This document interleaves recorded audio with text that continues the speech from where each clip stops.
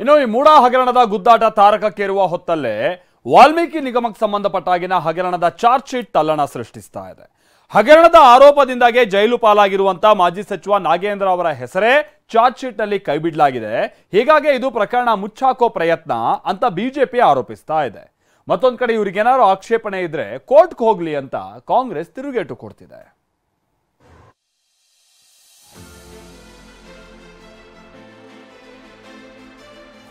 ದುರ್ಬಳಕೆ ಮಾಡ್ಕೊಂಡಿದ್ರೆ ಸರ್ ಅವ್ರು ಯಾಕೆ ಆತ್ಮಹತ್ಯೆ ಮಾಡ್ಕೋಬೇಕಾಗಿತ್ತು? ತಿಂದವ್ರು ಯಾರು ಮಾಡ್ಕೊಂಡವ್ರು ಯಾರು ನಮ್ಮನೆಯವ್ರ ಮನೇಲಿ ಯಾಕೆ ಸರ್ ಹೇಳ್ಬೇಕು?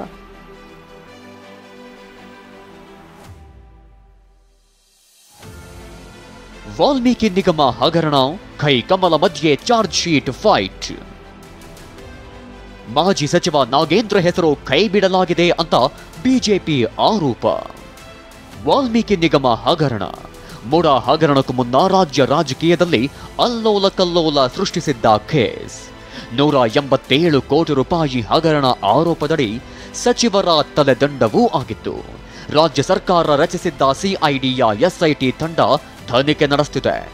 ಜೊತೆಗೆ ಬ್ಯಾಂಕ್ನವರು ಕೊಟ್ಟಿದ್ದ ದೂರಿನನ್ವಯ ಸಿಬಿಐ ಕೂಡ ಎಂಟ್ರಿಯಾಗಿತ್ತು.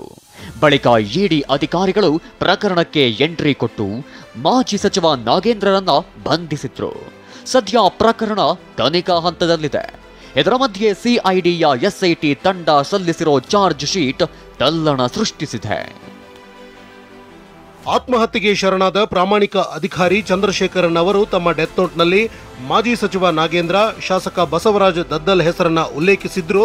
ಚಾರ್ಜ್ ಶೀಟ್ನಲ್ಲಿ ಇವರ ಹೆಸರನ್ನ ಕೈಬಿಡಲಾಗಿದೆ. ಹಗರಣವನ್ನ ಸರ್ಕಾರ ಎಸ್ಐಟಿ ಮೂಲಕ ಮುಚ್ಚಿ ಹಾಕಲು ಹೊರಟಿದೆ. ಸಿಐಡಿ ಸಲ್ಲಿಸಿರೋ ಚಾರ್ಜ್ ಶೀಟ್ನಲ್ಲಿ ಮಾಜಿ ಸಚಿವ ನಾಗೇಂದ್ರರ ಹೆಸರನ್ನ ಕೈಬಿಡಲಾಗಿದೆ ಅಂತ ಆರ್ ಅಶೋಕ್ ಆರೋಪಿಸಿದ್ದಾರೆ.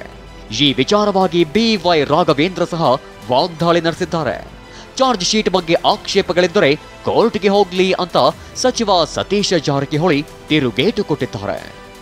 ಇವತ್ತೇನು ಜನ ಬೆರಳು ತೋರಿಸ್ತಾ ಇದ್ದಾರೆ, ಅದರಿಂದ ನೀವು ಹೊರಗೆ ಬರಬೇಕು ಅಂತ ಇವತ್ತು ರಾಜೀನಾಮೆ ಕೊಟ್ಟು ಬರಬೇಕು ಅಂತೆಲ್ಲ ಒತ್ತಾಯನ ಮಾಡ್ತಾ ಇದ್ದಾರೆ. ಮಾನ ಮರ್ಯಾದೆ ಇಲ್ಲದಂಥ ಸರ್ಕಾರ ವಿಶೇಷವಾಗಿ ವಾಲ್ಮೀಕಿ ಹಗರಣದಲ್ಲಿ ನಾಗೇಂದ್ರ ಹೆಸರು ಬಿಟ್ಟಿರೋದು.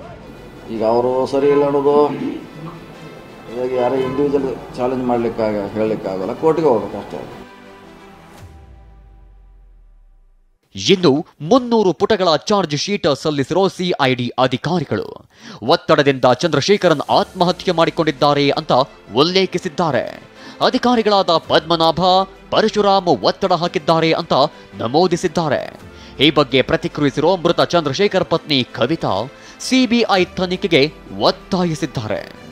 ದೊಡ್ಡ ದೊಡ್ಡ ಅಧಿಕಾರಿಗಳೇ ಇದರಲ್ಲಿ ಇನ್ವಾಲ್ವ್ ಆಗಿರೋದ್ರಿಂದ ಆ ತನಿಖೆ ಸರಿಯಾದ ಮಟ್ಟದಲ್ಲಿ ಆಗಿಲ್ಲ ಸರ್. ಎಲ್ಲ ಈಗ ಇದಾಗಿರೋದ್ರಿಂದ ನಾವು ಹೈಕೋರ್ಟ್ ಮೊರೆ ಹೋಗ್ತೀವಿ ಸರ್. ಸಿಬಿಐ ತನಿಖೆಗೆ ಒಪ್ಪಿಸಿ ನಾವು ಹೈಕೋರ್ಟ್ ಮೊರೆ ಹೋಗ್ತೀವಿ ಸರ್. ಸಿಐಡಿ ಚಾರ್ಜ್ ಶೀಟ್ ಜಟಾಪಟಿ ಏನೇ ಇದ್ರೂ ಸಿಬಿಐ ಮತ್ತು ಇಡಿ ಅಧಿಕಾರಿಗಳು ತನಿಖೆ ನಡೆಸುತ್ತಿದ್ದಾರೆ.